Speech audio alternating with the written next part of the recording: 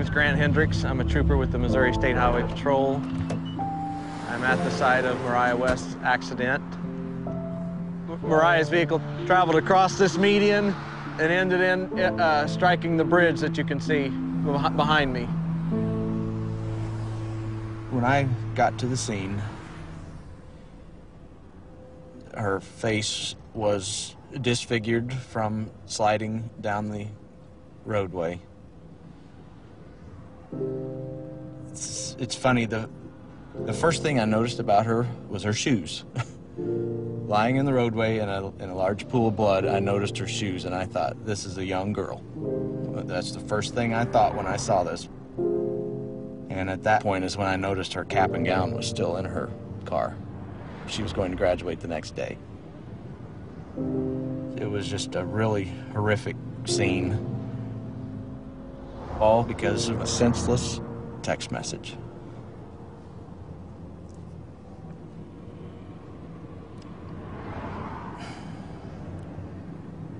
It's just sad. Sorry, it's just sad.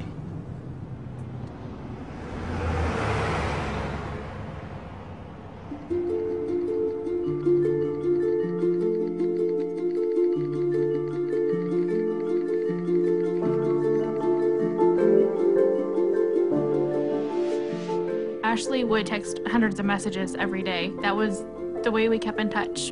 We would definitely text more than we talked. Mariah was a multitasker extraordinaire. She could text better than anyone I know. She could be having one conversation with me, completely focused, while having a text conversation with somebody else. When you do something 7,000 times a month, you tend to learn where those 26 letters are. We would be at school, at home, movies, bowling, driving. Not even looking at her phone. Just simple, insignificant, useless, whatever it may be. About anything and everything. Just a way to pass the time. It didn't matter where we were constantly texting. This is my sister. She was looking at my message that I had just sent her. When she looked up, she had clipped the median on the left-hand side of the road. Her truck flipped, and as it was flipping, she was actually ejected through the driver's side door, and she landed in the ditch about 300 feet from her truck. People will tell you over and over again, it's not your fault. But knowing that you were the person that she was talking to when she was killed. Just knowing, having a highway patrol officer write in a report that a text message sent at 12:05 is the reason that she is dead is not something that will ever go away. If I could talk to her one last time, I would just say, I'm sorry.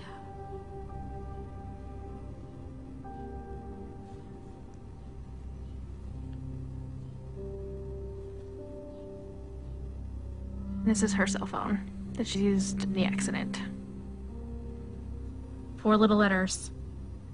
That's what killed her. You never really think about it, but people associate drinking and driving as a dangerous thing. Your vision's impaired, your judgment's impaired. But if you look at texting and driving, your vision's not even there. You're not even looking at the road.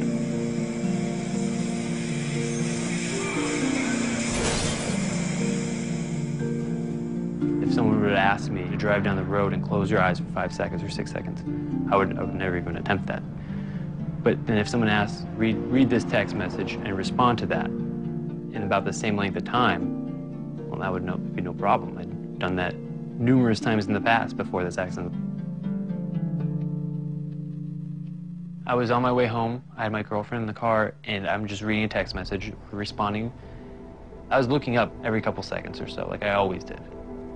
And I just hear a loud scream next to me, and the next second I look up and I see a bicyclist crashing the windshield.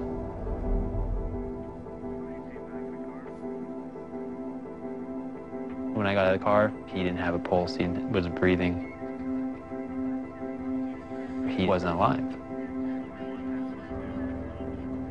There are no words to describe the level of grief, the level of depression and self-hatred I was going through. My first year of college, I just remember one girl recognizing me and saying, oh, I remember hearing about you. You're that guy who hit the bicyclist because you were texting and driving. That was actually the day before I ended up going to the hospital for emotional problems. I sent one stupid, meaningless text, LOL, and killed the man.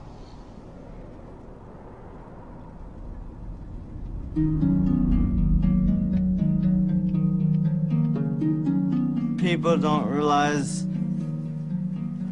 it could just take 3 seconds. I was going to the movies and the car just went directly into a tree and it was a direct collision. I was the passenger. I collided with the tree on my right temple and I was declared dead on the scene 3 times. I used to be able to drive. I used to be able to go for walks. I used to be able to run around town by myself. I used to have a job. I was normal. And all this, I cannot do anymore because they had the text.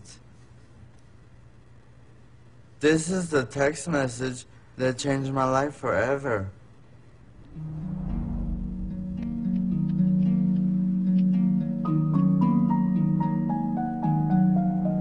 The day before her graduation, my daughter drove to go meet a boy, and she never made it. Today, she would have been 19 years old, exactly. Mariah never wanted a minute to go by that she wasn't doing something. She wanted to do everything all at one time with friends and family and just having a good time. That's what she loved. Friends would tell me from school that, you know, the best part of the day at school was Mariah coming down the hall because she'd stop to give everyone a hug.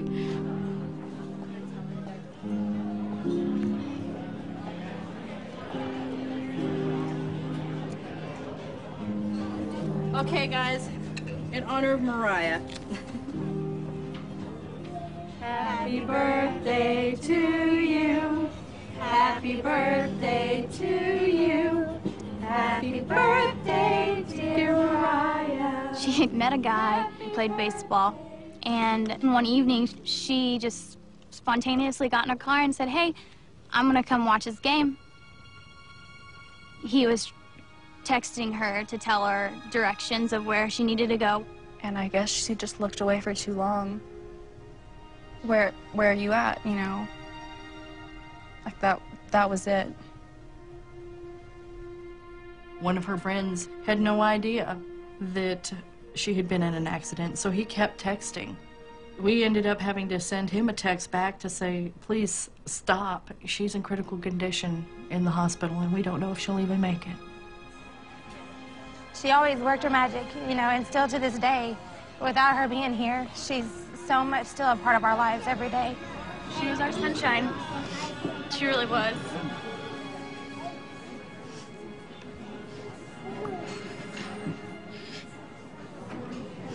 She was. It's a simple text message. Where are you at? 3 simple words. She paid the ultimate price for her actions.